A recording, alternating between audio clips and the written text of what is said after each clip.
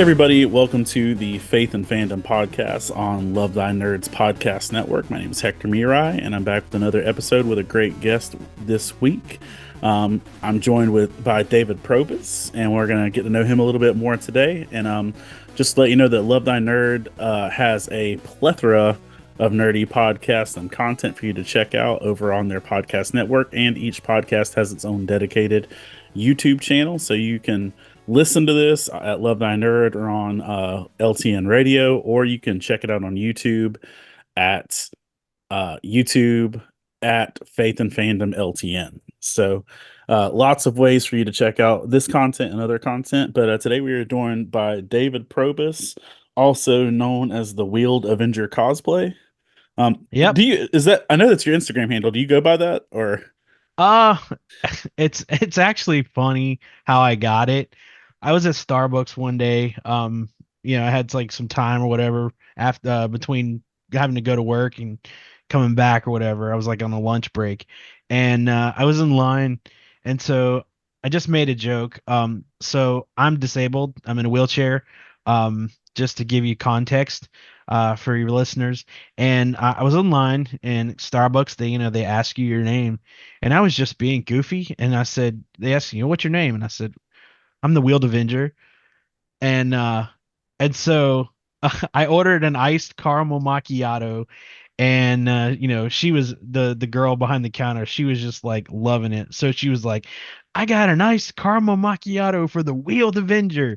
And the people in there started laughing or whatever. And then actually the lady that was behind me in line, she bought my coffee because she just thought it was absolutely hilarious. And so um that it just kind of like just being me being goofy, me being me. That's kind of how it happened. It happened that way. So So you are a pretty prominent cosplayer in our region. But outside of cosplay, what are your geeky and nerdy passions? I love Star Wars. I'm in mourning right now because of James Earl Jones. Absolutely. Man, that hurt yesterday. I love Marvel. One of my cosplays that I love doing is in-game and Love and Thunder Thor.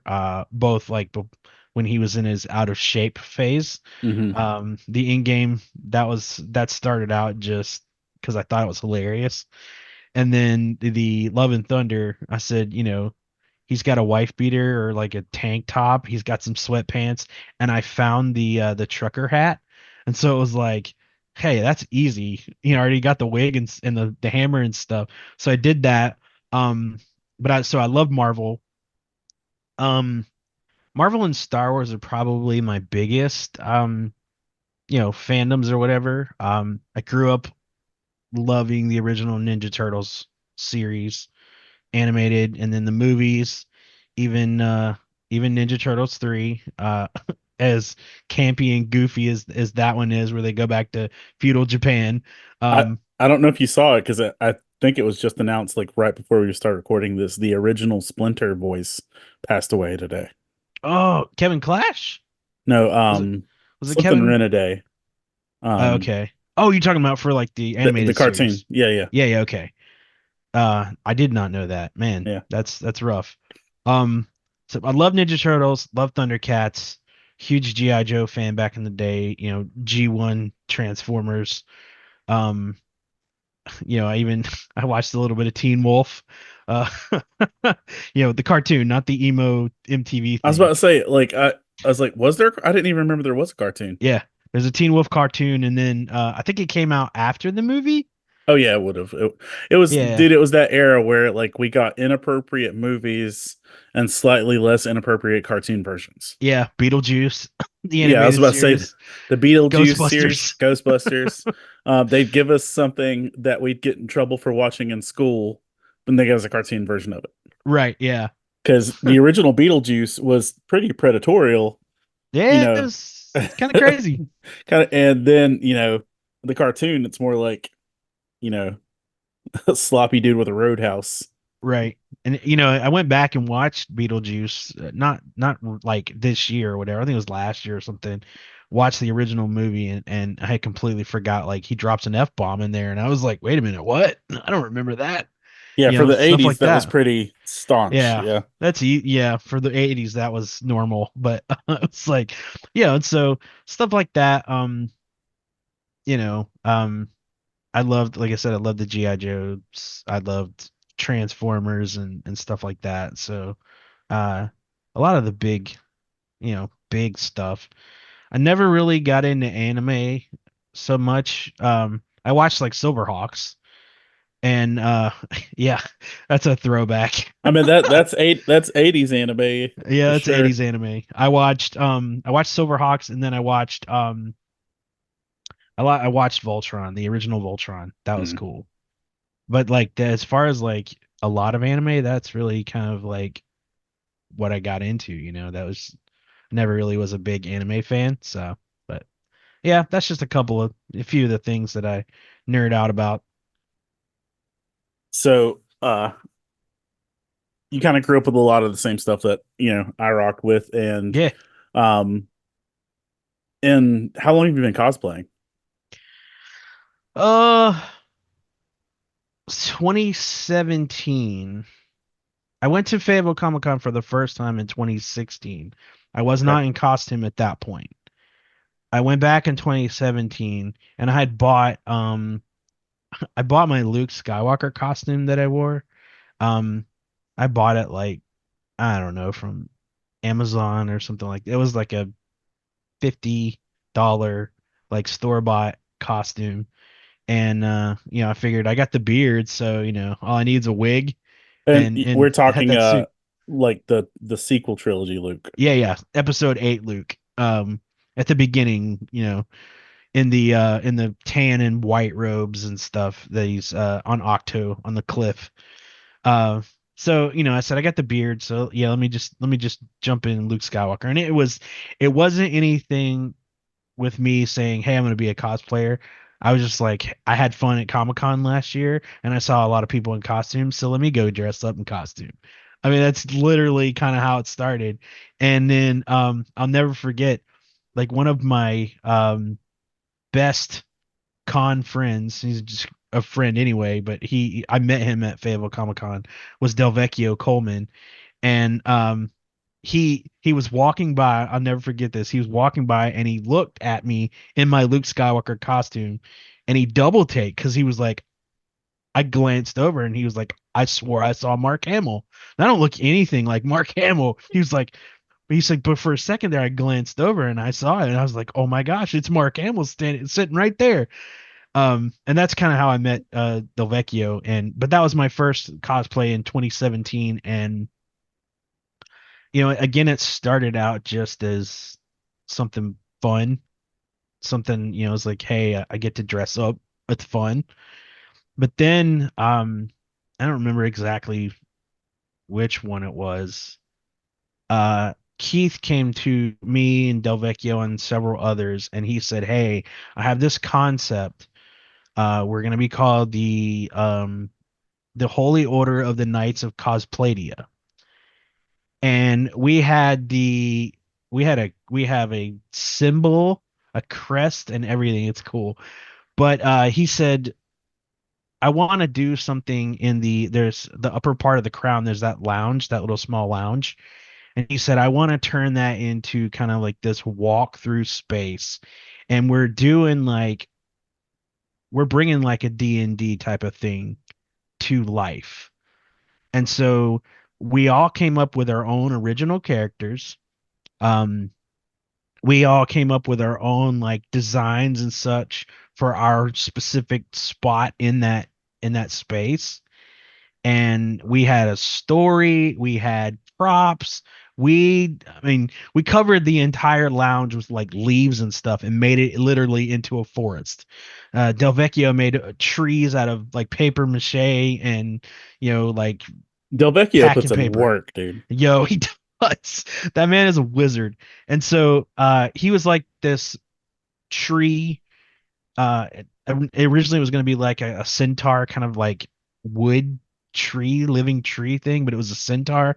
Unfortunately, he had some issues with that, and so he just did like the main tree part. But he was he had his own character. I was more like a Viking kind of guy. I was a melee weapons expert, so I had like swords and maces and hammers and things like that. My name was Ingvar Warblood, and I was the chief armorer for the Llama King. Keith is the Raleigh Llama, so he's the Llama King.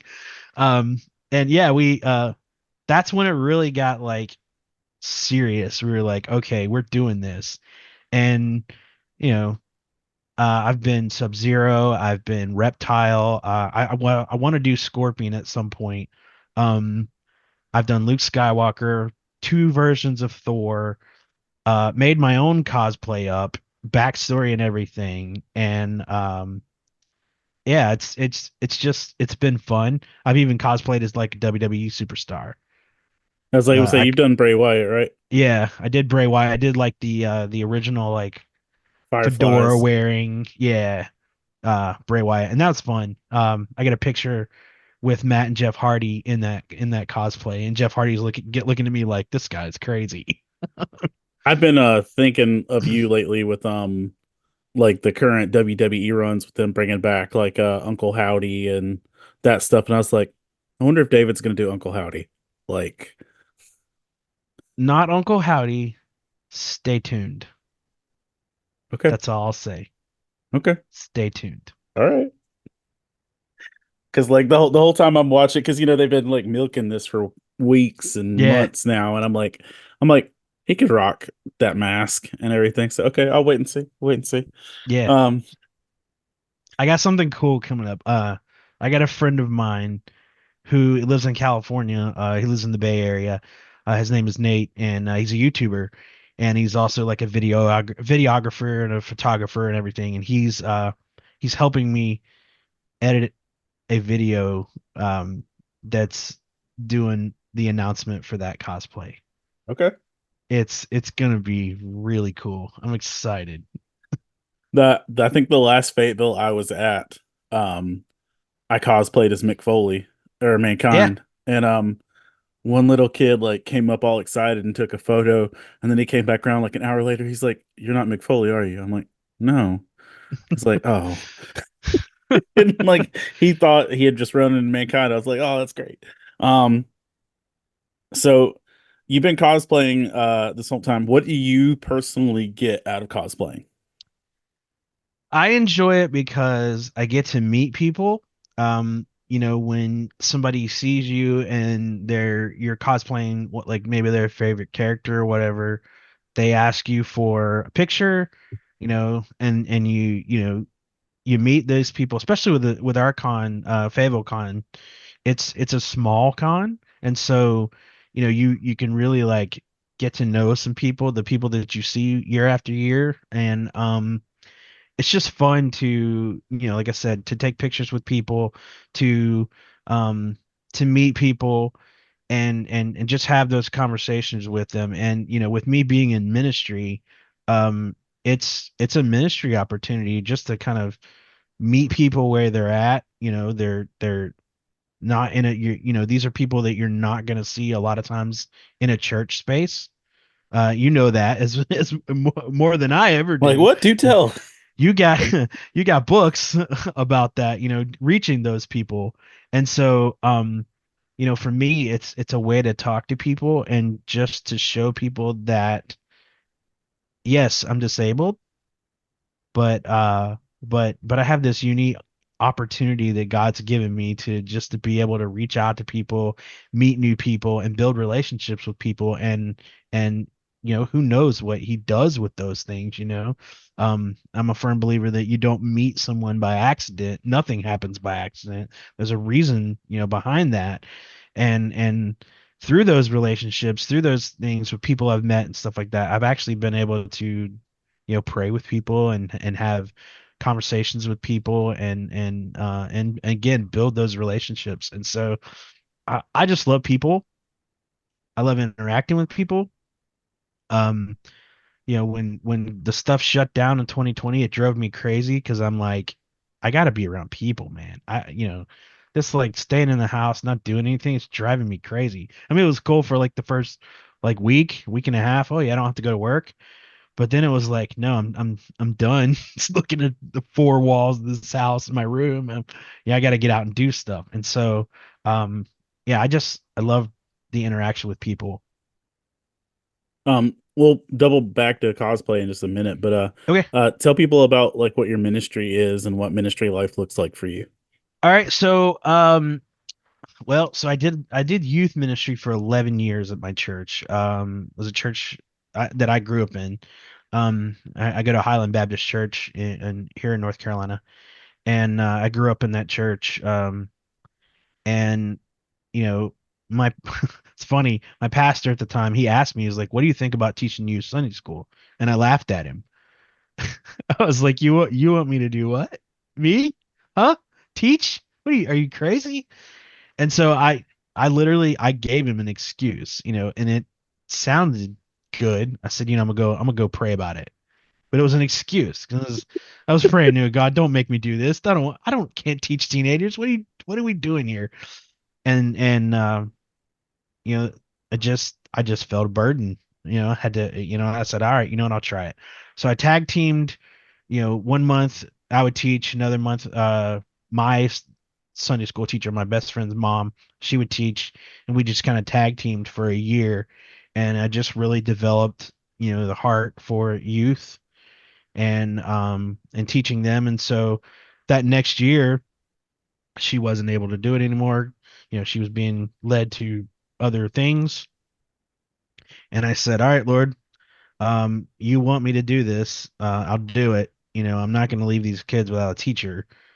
And so I started teaching youth Sunday school. Um, and then I started popping in the youth group with my pastor. He was still leading the youth group at that time, but he was training me. He was building me up. And then finally he, it was me and my best friend Jason. We were working together, and he was like, "All right, it's your baby now."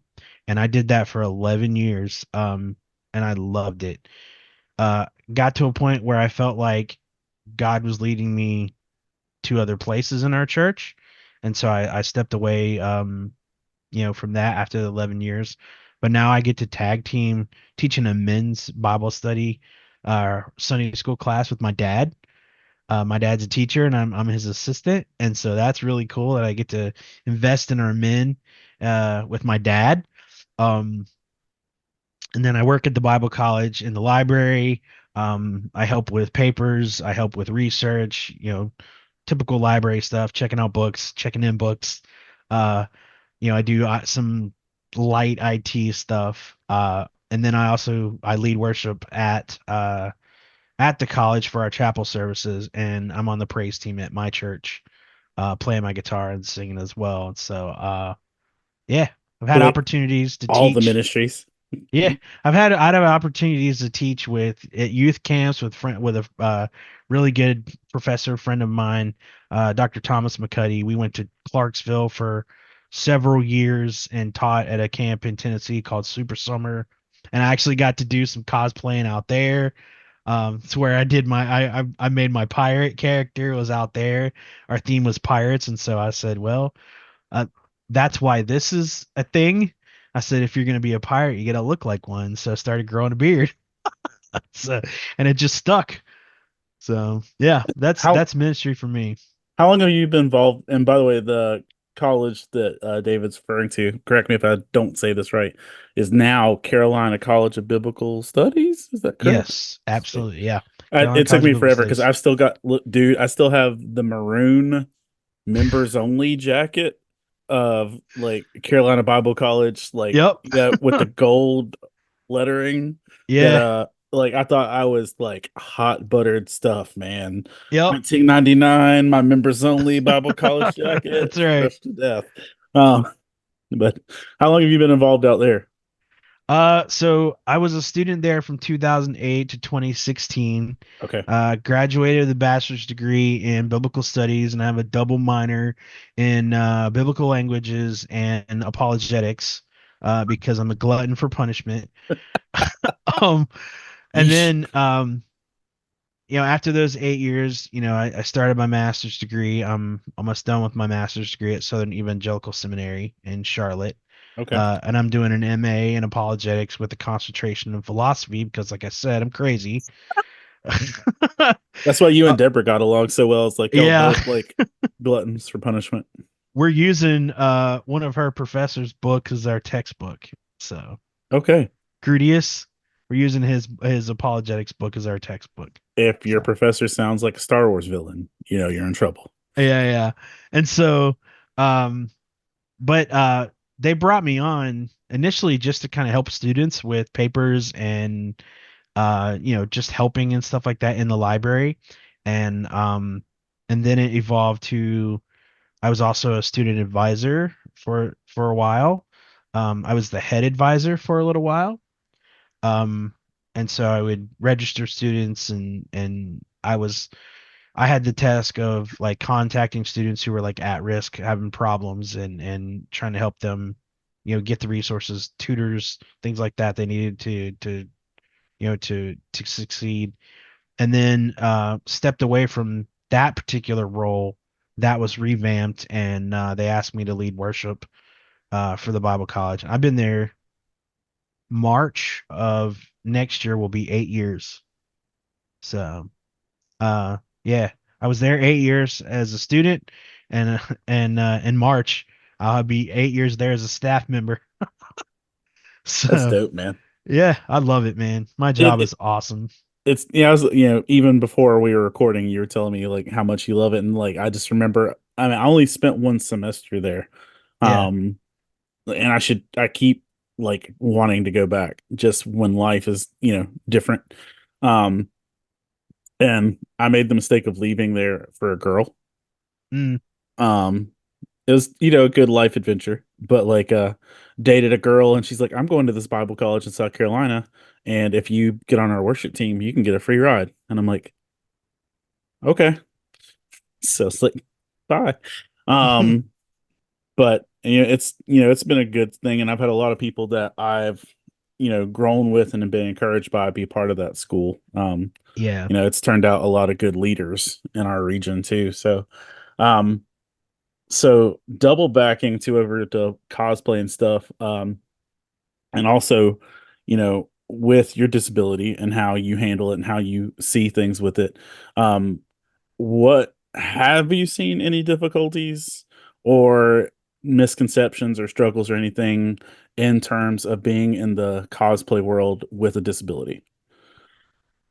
Um, Maybe some minor things. And I say minor, uh, when you're when you're in a wheelchair and you have wheels and you're in a Jedi robe, sometimes your Jedi robe likes to get hung up in your tires.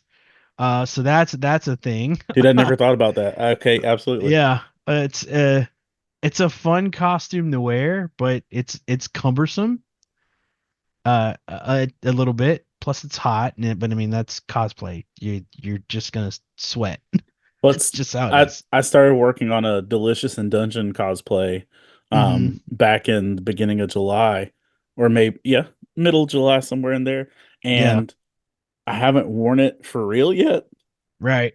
just because it includes adding another beard, a wig, and a helmet.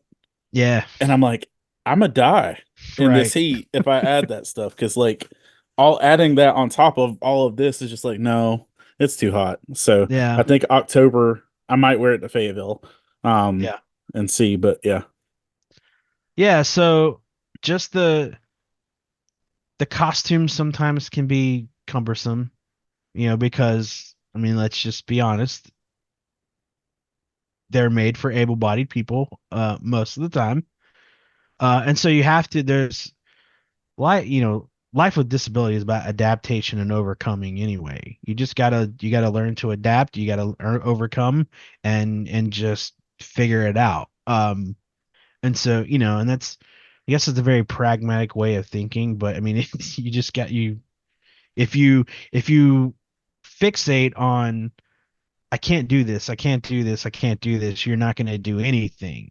And so, when you're at least in the way I operate, if I see a challenge, I'll figure it out. You know, I'll figure it out the best I can. So costumes sometimes can be fun. Um, I have been spoiled um, because Fayetteville Comic Con has never really been an issue as far as like accessibility and things like that. The Crown has good facilities, you know, and and everything. Sometimes like it's inevitable when you get five, six, 7,000 people in a building. Um, there's going to be inherent bottlenecks in places, and you just got to deal with that. You know, I think at any con, just understanding the audience.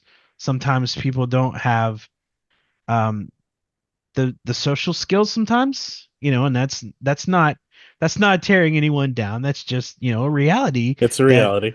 sometimes people they don't have those skills and they're not accustomed to how they interact with people. So there was a when I did my Bray costume at Fayetteville, there was a little bit of an awkward interaction with the guy. I was going to the bathroom. He held the door for me, and he asked me, he's like, "So who are you supposed to be?" And I said, "Oh, I'm WWE superstar Bray Wyatt, who he passed away, whatever." And again, I understand the audience, and so it didn't bother me. But he was like, "Since when do wrestlers use wheelchairs?" Kind of an awkward question. But I was like, they don't, but I have to because I can't walk. And he just kind of went, "Oh," and he walked away, And so, you just sometimes you have to anticipate those things. And I have the personality that it takes a whole lot to offend me.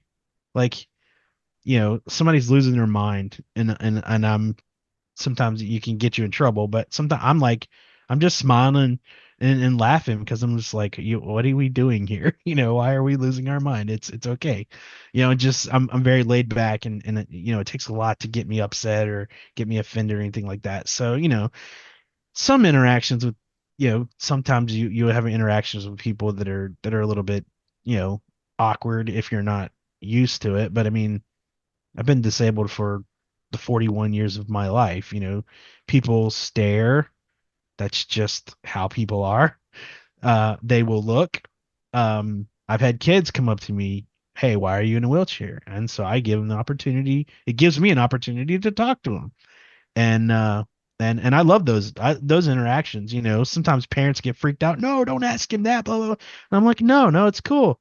They're curious. Let's talk. We'll talk." And so the only like major major issue that I've had at any cons, this because you saw me, um, was at GalaxyCon.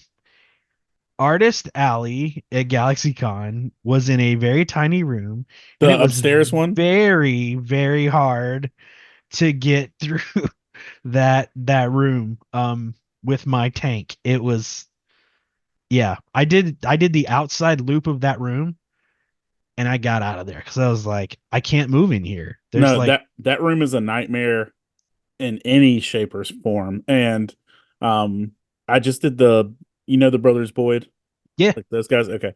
They yep, just did their Comic-Con in New Bern, yeah.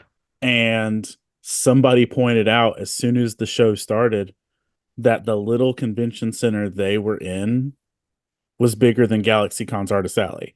Oh yeah, that And room was tiny. and and they kept almost the exact same spacing this year, but it was worse. Mm, Like in terms of people and girth, yeah, it was worse. there was no room.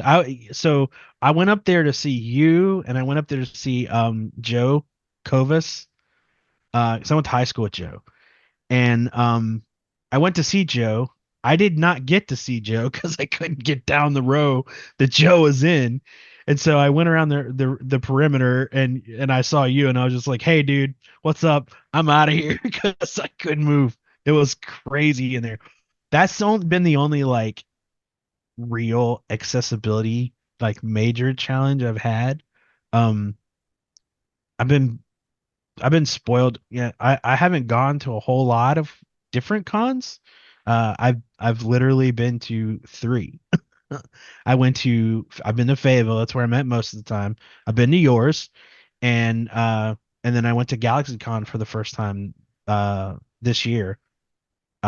We're planning, me and a friend of mine that I went with, we're planning on 2 days next year because it was just too much. It's too much for Uh one day. Yeah. yeah. So Let me throw this at you. yeah. Um, if you want to go for free, uh, anytime you do panels, you get free passes. Oh, cool. Uh, you can turn this conversation into a panel. Yeah, I thought about that actually. The finals at Fayetteville Comic Con, I thought about doing that. Is maybe hitting up Keith for this last one and saying, "Hey, man, what do you think about this?" So I Yeah, think I that would be think cool. you should absolutely do that. But Yeah, like, keep that in mind for GalaxyCon. About 3 months before the show, right. they're gonna have open panel submission, and for Yeah. every day you do a panel, you get a pass. Oh, that's cool. And if you've got multiple people on your panel, they all get passes. Oh, cool. Yeah. So, like, I'm gonna be there anyway because I'm paying for a booth. But like, Right. for everybody else that's just doing panels, it's a good thing. And by the way, you were a great guest at my show. You That was my first time doing anything with guests, so I had no idea what I was doing. But Yeah.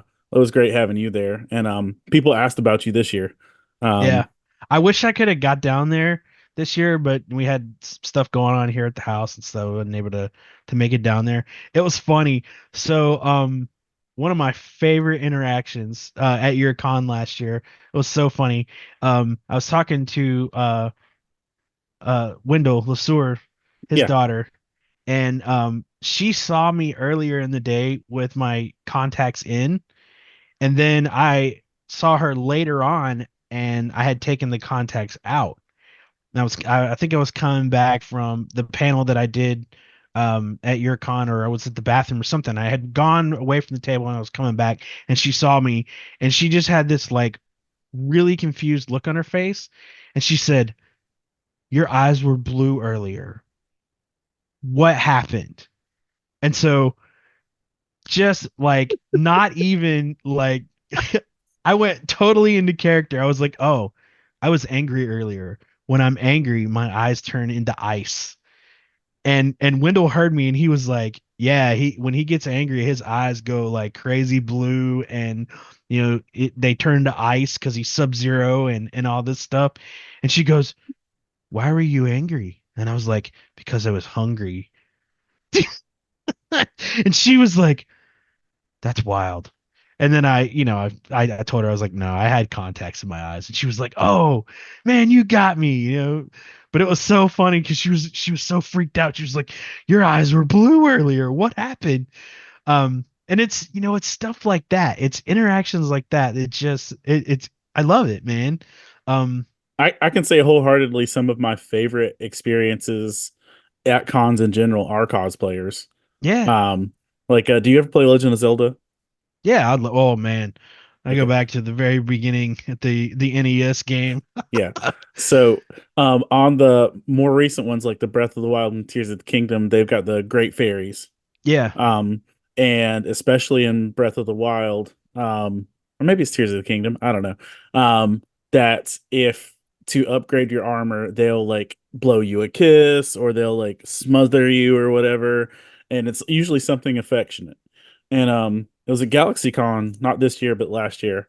Um, this a lady walked by. I was like, "Are you a great fairy from Legend of Zelda?" She's like, "I am," and I'm just like, "Oh, that's great." And she's like, and she like leaned over my table. She's like, "Do you want me to upgrade your armor?" And I'm like, whoa. beat red, flush, like, and I was like, "Yes." And so she like blew me a kiss, and Yeah, then went and like kind of like smacked me, yeah, and she had a little gold star like that you get when you upgrade your armor. She yeah. put a gold star sticker on me. That's awesome. And that's still sitting on my dashboard, that gold That's star. cool. I stuck it in my dashboard until the adhesive wore off.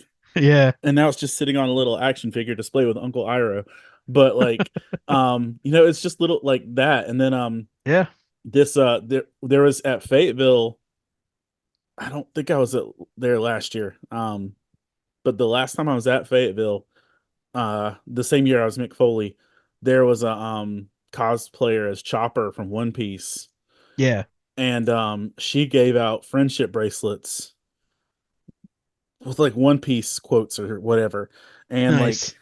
um somewhere on my desk somewhere probably there's a she did one that's yeah dude, hold up I can reach it.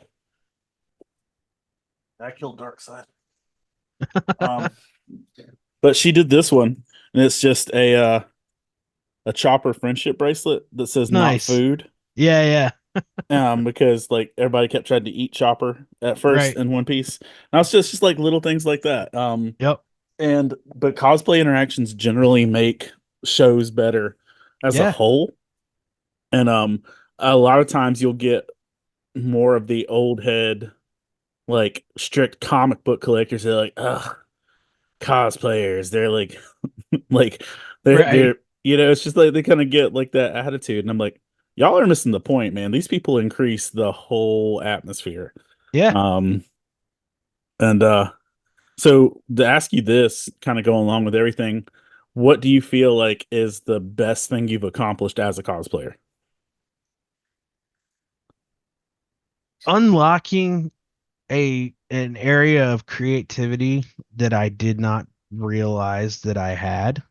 And that came with um it came with the Knights of Cospladia and a couple of the different things that we did. So we brought the D&D thing, ish thing to life, and we had to come up with character design, backstories, um just all kinds of stuff.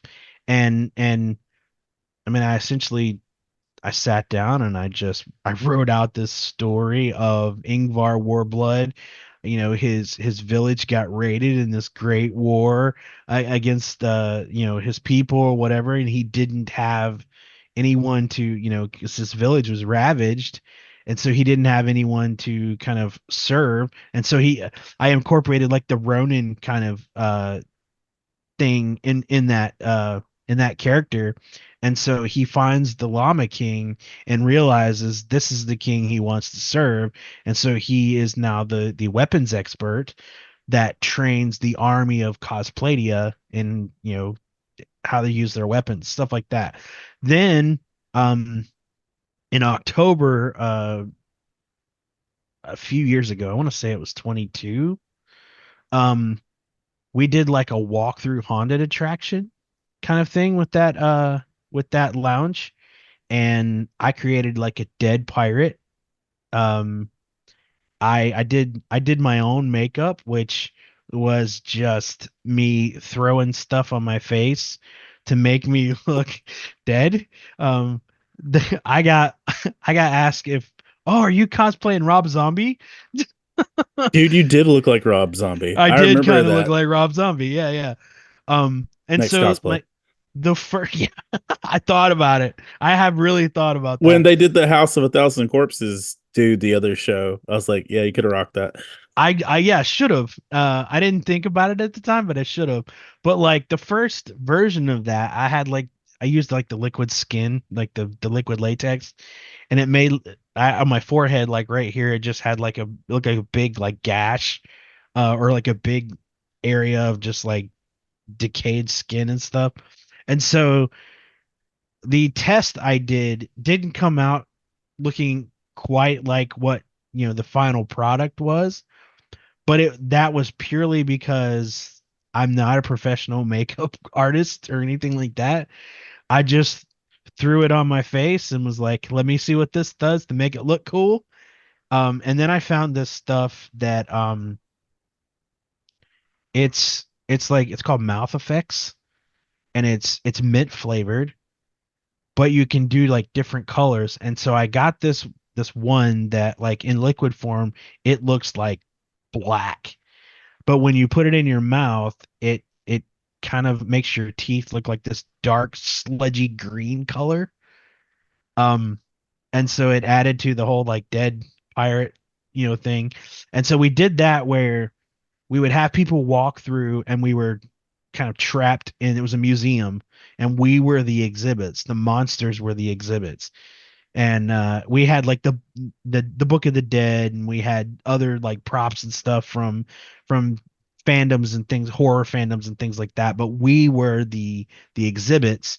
And then when we wanted to do our break, where we were kind of roaming, um, we were going to do it where they were going to make an announcement over the intercom that the monsters had escaped the museum.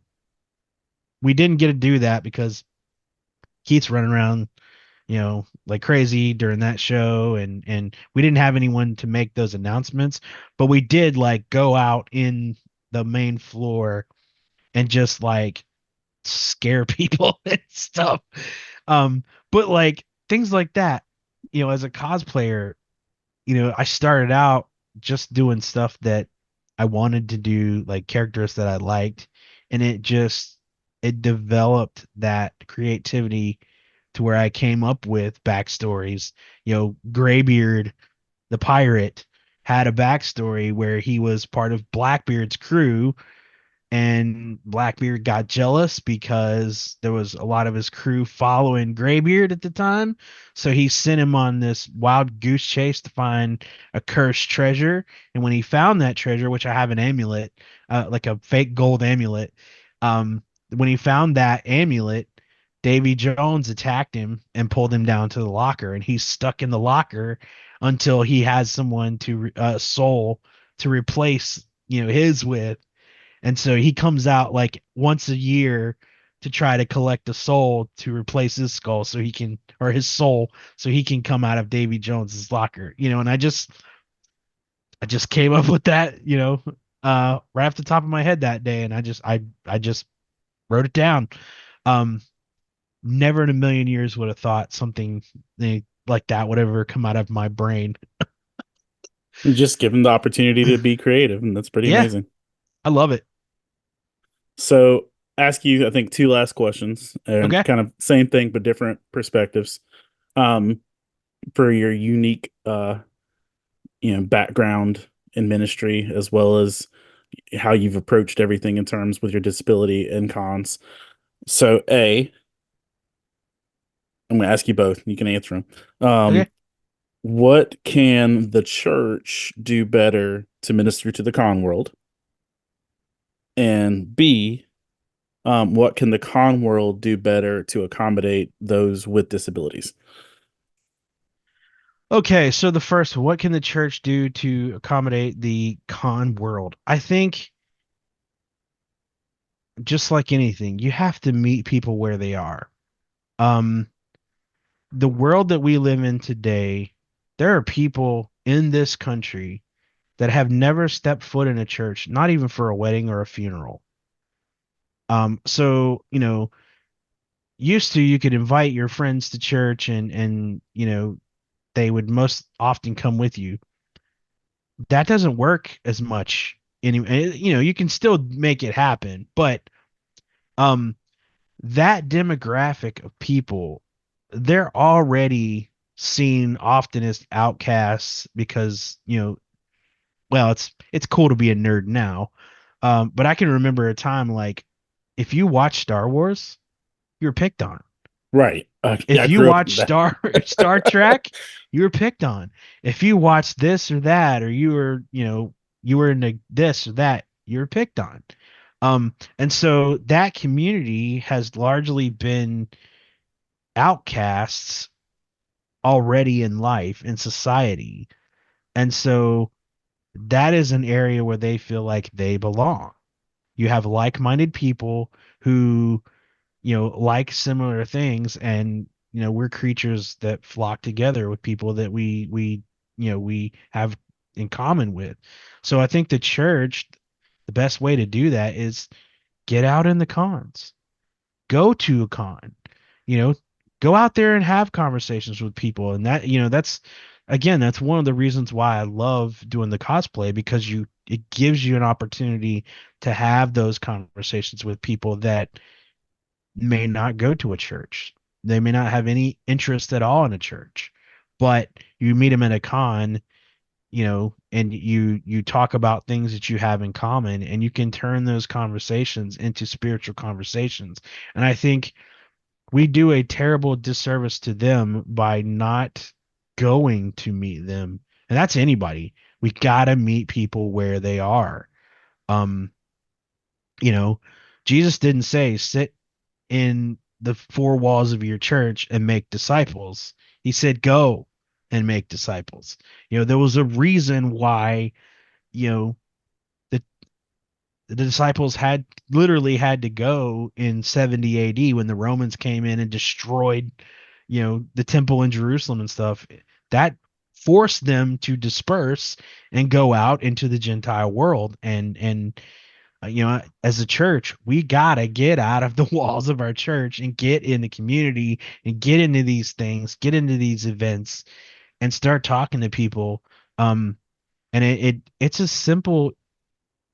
Not everybody you meet, you're gonna lay out the full gospel to, but if you can plant a seed, if you can just, hey, you see somebody at a con who's struggling with something, hey man, you know what? Jesus loves you, and so do I. If you need to talk, come find me. Something as simple as that. But if we don't get out there and do it, we're not doing anything. We're just ineffective. And I think if we're going to reach that demographic of people, we have to go to those events. We have to go to those things and go to them. Um, and remind me of your second question again, just so I get the wording. Before I hit the second one, I want to tell you this. Okay. And like you may already know this, but guess who came to the Vertical Con this weekend that if you would have like or just I would have never expected to be a thing. Guess who showed up out of our I don't know. cosplay world? Who's that? Kasdan. Yeah. Okay. Kasdan came 30 minutes before the show opened Yeah. and stayed through the whole thing. Yeah. And it's just like, I've known him from cons for years, and it's just Yeah. like I saw him in New Bern. He's like, "Yeah, I'm going to come to your show." I'm like, "Okay." Like, you take that with a grain of salt. Like anytime Yeah. somebody says you're showing up, I'm just like, so he showed up and like hung out the whole day and Yeah. like made some jokes and stuff and hung out. He actually won the Marvel arcade cabinet door prize. Yeah. Um, I saw where he won that. and but then like he was talking about wanting to host a mini con like in Elizabethtown, which is where he lives, and our Right. church has a location in Elizabethtown. So I said, well, potentially you could use our space in Elizabethtown. And I was like, this is in the pastor for Elizabethtown was there. I was like, this is DJ. If you want to, swing by Oh, I know on, DJ. yeah, I know you know DJ. DJ's my buddy. Yeah, DJ's a good homie. So DJ was serving at the con, and Yeah. so sure enough, Kasdan showed up at the end of the church service on Sunday in Elizabethtown. I was just like it's That's just cool. cool, and it's And just he's a like, good dude. He just is a genuinely nice dude. From the time I met him at Fayetteville Comic Con, him and I crack jokes. I crack jokes about my disability because life's too short. yeah, And I remember the first time I cracked a joke, he just kind of looked at me like, did he really just say that? And then we both busted out laughing. So yeah, I love him. He's awesome. he's about to turn 33, apparently, and we had at some point like in one of the walkways at the and heading into the auditorium at the church, there's a giant wooden cross. He's like, hey, can I come when this kind of clears up? Can I put this over my shoulder and take a photo and say this is my cross to bear, turning 33? I'm like, okay. And he was like waiting for me to like deadpan. It was just like, but it was a neat thing, like Yeah. one of those things of like you meet people, and this thing I didn't expect him to show up, and it was going to be some like evangelical thing or thing like that. But like, Right.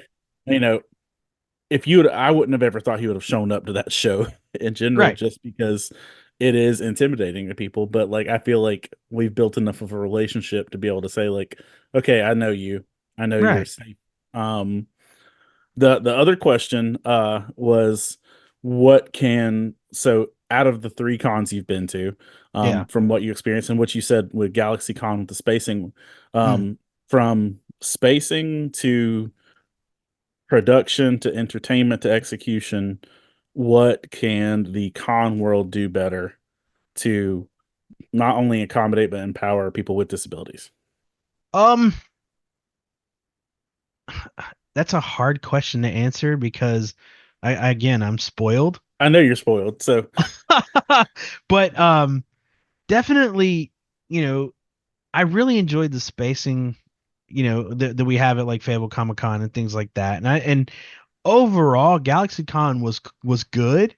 Um, there were a few little hiccups. One of the things that was cool that they did, and I'm glad they did this because like nobody I met had any like really crazy lines, but I have, with my disability and stuff, I can't wait in like a 3, 4, 5 hour line for an autograph or a picture with someone. I have to have access to the restroom and different things like that just for, medical. And so one of the things that GalaxyCon did was, if you had a doctor's note, you could get like a fast pass. You had, um, and that was a cool thing that that they thought about that, that they realized that some people can't stand in a long line for a long time, you know and so I had my note and I was like, hey, I'm just presenting this, and I explained to her and she was like, oh no, you're good.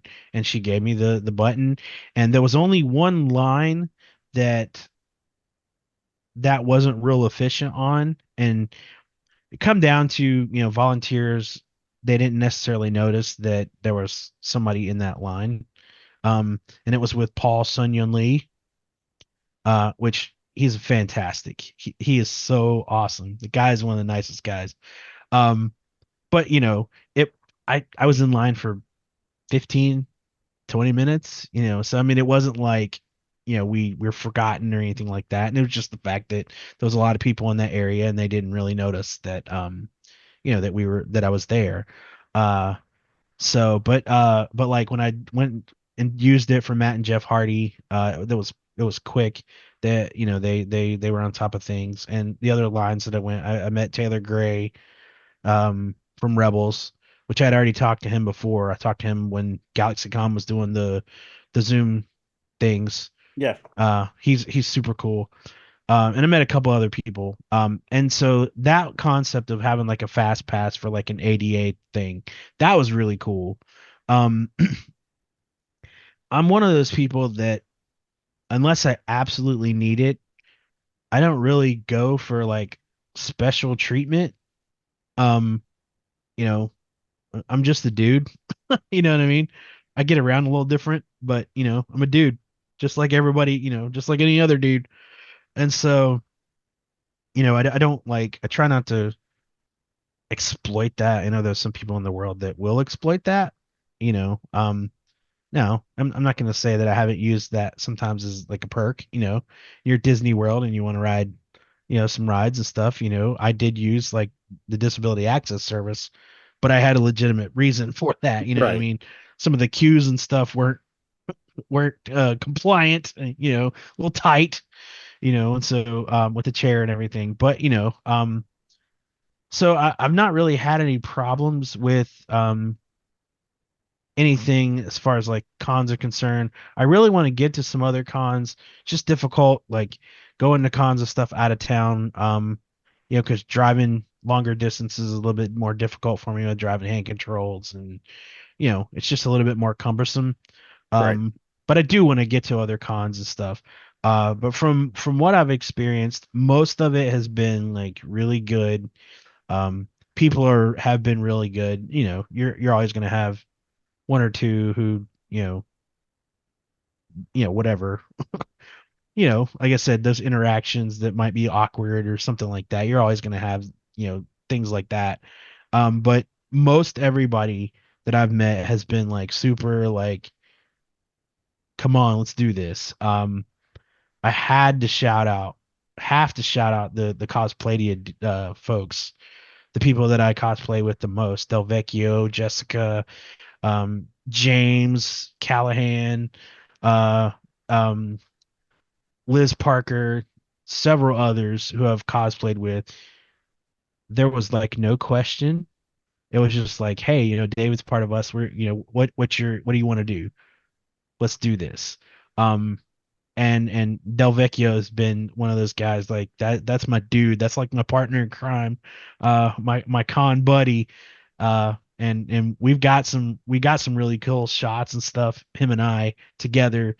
Um, and then, I just love like cosplaying with him because we create some cool stuff. But it's just, it's been like interactions with people like that and stuff. It makes you feel good when, you're just, hey, that's David. He's cool. He's part of us.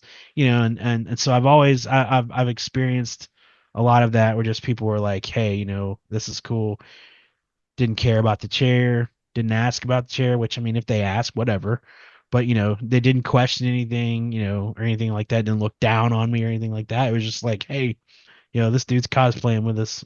Let's do this. So And for the majority of the part of the time too, most, like I'd say 85% of the shows I go to, like even if I'm just keeping an eye out for things like that, there's yeah, not usually a lot wrong.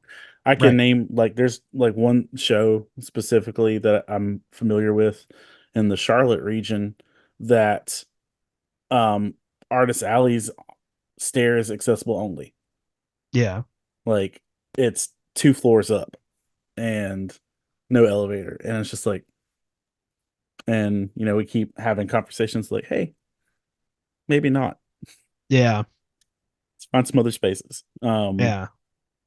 But for the majority of things, I've seen it's been really good. Yeah. So, David, if people want to check you out or anything, or do you just want to be left alone? You No. can, don't talk to me. Um, but where can people find you? I got to get this right because so it was taken. The name was taken. Okay, Um, exactly the way I had it was taken. So I have to always look at it because I don't remember how many underscores and things gotcha. that there. But my Instagram is underscore the underscore wield underscore Avenger underscore cosplay underscore. Um, and so that's where you'll see pictures, you'll see cosplay announcements. Um, I'll do like videos and things like that. Sometimes I've done reviews on shows and a couple little things on that. I've announced guests and things as well on that. But that's if you want to like see my cosplays, if you want to, kind of understand like some of the things I do and you want to see some of the things I do, then that's the place to check out for that. So I have just a regular personal Instagram. I just, it's me. But then that one is the one that gets all my costumes and stuff because, it's easier to find everything when it's all in one space than if you just got like an Instagram with 4011 different, pictures and stuff and you weren't That looking for certain things. that's me, and like mine is absolutely a jambalaya of everything. Yeah. And I, like, at one point in time I had a Faith and Fandom one and then a me one, and I'm Yeah. like, no, I don't care anymore.